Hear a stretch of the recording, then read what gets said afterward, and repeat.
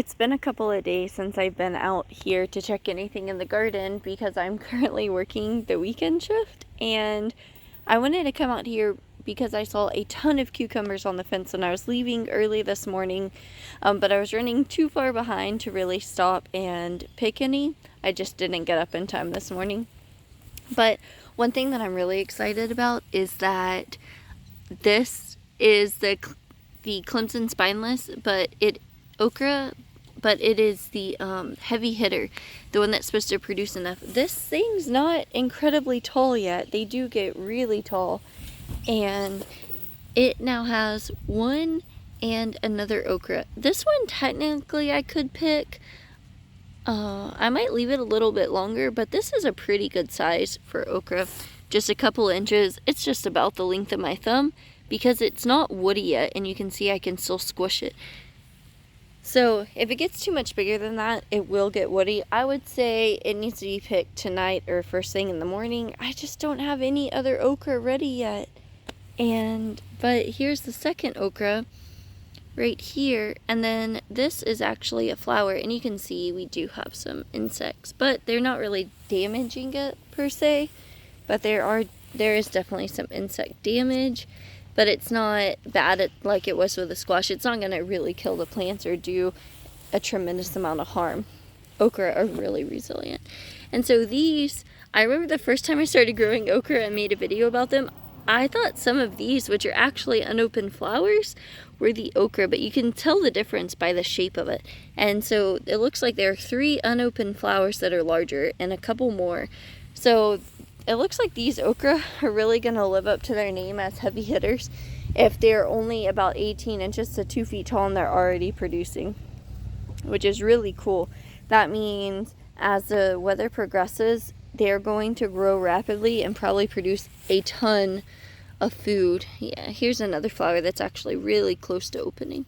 So these are pretty incredible already, I have to say. And then I have 6 of them in this row, and then there are a bunch more right here that are smaller, but still they even have flowers on them at a foot tall, which is pretty incredible. And then the other thing that I really wanted to show off are the salt and pepper cucumbers, because I've just kind of let them go a little bit lately because I haven't been out here. And here is one that's ready. So you can kind of see what I mean. They have a bit of a yellow tint on them. The idea of salt and pepper is they're supposed to be white with little black dots on them, which are the spines, little pokey things. And those are kind of supposed to look like pepper. And so, but I do find that they do get a little yellow, and honestly, I like them when they start turning yellow, because to me, the ones with a little of this coloring on them are actually sweeter than the ones that are a little underripe and too white, because, see, here's a smaller one, but I'm going to go ahead and pick it, because what I've been doing is taking some of the smaller ones and pickling them as whole pickles, and the larger ones pickling, slicing them to pickle. So it really does work out. They don't get really big from what I'm seeing, but they are a pretty blocky fruit. It says on the package 3 to 5 inches, so this is pretty much perfect and about max size for them. I have not seen one much bigger. And of course, now I finally get a chance to get out here and record and kind of show off some progress. It is going to start raining, but it's okay. If you can tell by this plant, we actually really need rain. And honestly, while I'm home this week, I need to get out here and probably reseed some cucumbers in between all this, just to try to combat all of the insect damage that we've had this year, because squash bugs are just horrible. They're atrocious. And so I want to get some more cucumbers seeds planted in the ground just in case something happens. And there are a couple of them down here. And the cucumbers die, whether it be from heat, lack of water, anything can happen. It's a pretty interesting one. It almost looks like a little egg. So I have to say, I'm pretty impressed with the production of these cucumbers overall, especially being outdoors in a really humid climate that has a lot of bug damage. So you can see how this one's more lighter and kind of white, and then has these black spines, which is salt and pepper. This has got to be my favorite variety. I'm sure I've said that before, but by far this is one of the best ever. And I think it's the most versatile because you can use, they're good small and they're also good sliced up. I'm definitely want to get a mandolin slicer because I think that's going to be the easiest way to slice through all of these as they start producing more. But yeah, I wish I would have grown more than just this row. I wish I would have ended up growing like a, honestly, I could probably have 120, 150 foot row of these cucumbers and not get tired of them. And we've been eating them pretty much as fast as they're producing. I've been just kind of fridge pickling them, not even really canning them for storage because they don't last long. Out of everything I've made, I have one little jar of pickles inside the house, and there are a couple of blackberries out here that are pretty much ripe. I try not to pick them all the way ripe, especially if I know they're going to go in the freezer, because they get too smushy and too sweet. It's better just to pick them a little underripe. That way I can add sugar, no problem. And it actually looks like a couple of these rotted because I've been at work and not paying attention to my garden at all. I've not done the things I should be doing. Oh, there's one over here I completely missed. I'm just gonna pick that and drop it in my pocket. It's a great thing about wearing scrubs. If you're a healthcare worker, you know what I mean. If you wear scrubs, all of the pockets, obviously they're amazing at work, but for gardening, there's nothing like having a ton of pockets on your outfit. This one's underripe. I'm gonna go ahead and pick it because it'll do well being in the freezer, and when you add sugar to it, it doesn't make a difference. Now we're planning on eating these blackberries raw. I would not pick them underripe because, oh sorry, here you go. I wanted to pick. Well, I'm sorry. I can just, because they just are a little sour. Hey, look, a little strawberry. wow. Come check it out. See it? I'm surprised they're still producing strawberries as hot as it is. And look, here's one. It's been in the 90s, guys, already. Look at that. That one will turn red, but earlier this year the strawberries were quite massive, but as it progressively gets hotter, they get smaller and smaller. And so this is kind of what's left of the lettuce. It's pretty much all bolted, which means it's going to seed, and it's way too bitter to eat. But it looks like we are going to have a ton of this beautiful lettuce seed, which I'm really excited about. So these little ones are the flowers, and then the seeds are kind of in here. And there are more flowers in here, actually. But when they dry, you get all those seeds, and it's pretty incredible. I am curious if any of these melons have started forming on this plant in the last couple of days, since the last time I checked it. And I don't see a single melon. It looks like every melon is pretty much fallen off. I'm hoping it does eventually produce, but I don't think anything's been pollinated. I think I'm just going to have to replant melons. So here's where I'm at on cucumbers so far. I got those 4, 5, 6.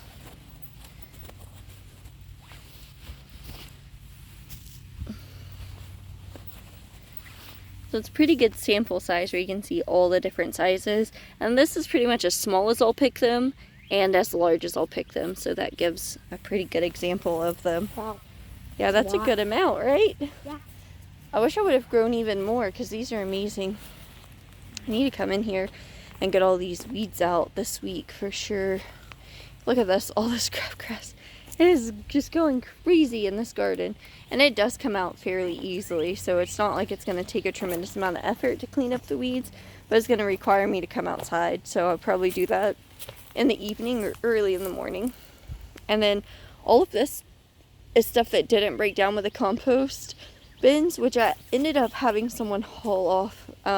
Somebody was doing an aquaponic system near us, so I went ahead and let them take the frames because I'm going a different route, just because the idea was to have a living fence and composting, but I found it was just way too deep. When I needed the compost, it was a pain to take it off, and then the grapevines took over all of this and it wasn't worth it. So this week sometime I'm going to be cleaning up this entire mess right here, and then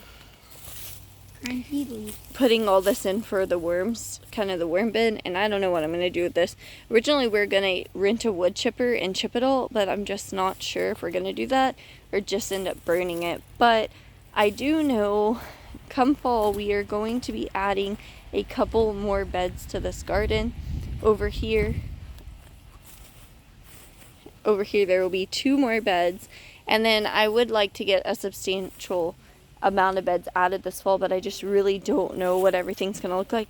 So here is the grapevine. You can see just how long it was, and all these leaves are dead because I've taken out of the ground, but the plant itself is not dead. I actually need to cut it back, and the roots are soaking in here, and it's still doing pretty well, but I'm gonna cut it all back and replant it elsewhere.